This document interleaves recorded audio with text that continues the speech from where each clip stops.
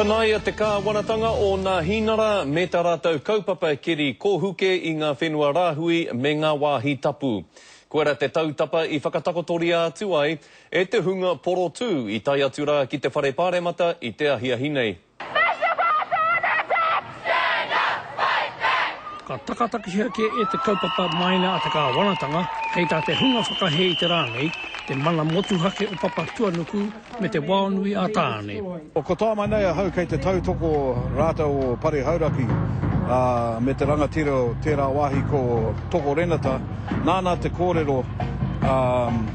Kāre whakaiana te kāwanatanga e whakahoki mai te whenua me ki te Dockland. Nō reira hea te take e tuku atu ki a rātou ngā mining companies.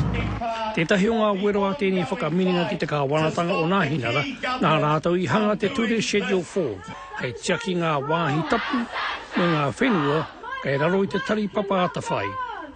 I nāia nei, kei te pitengi rātou ki te whakarereke I taua ture.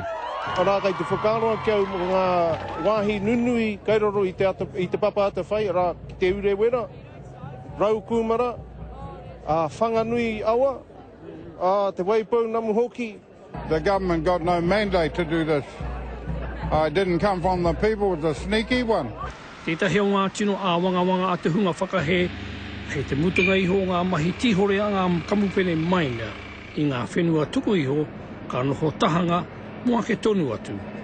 He nui te utu ki te whakatika anō.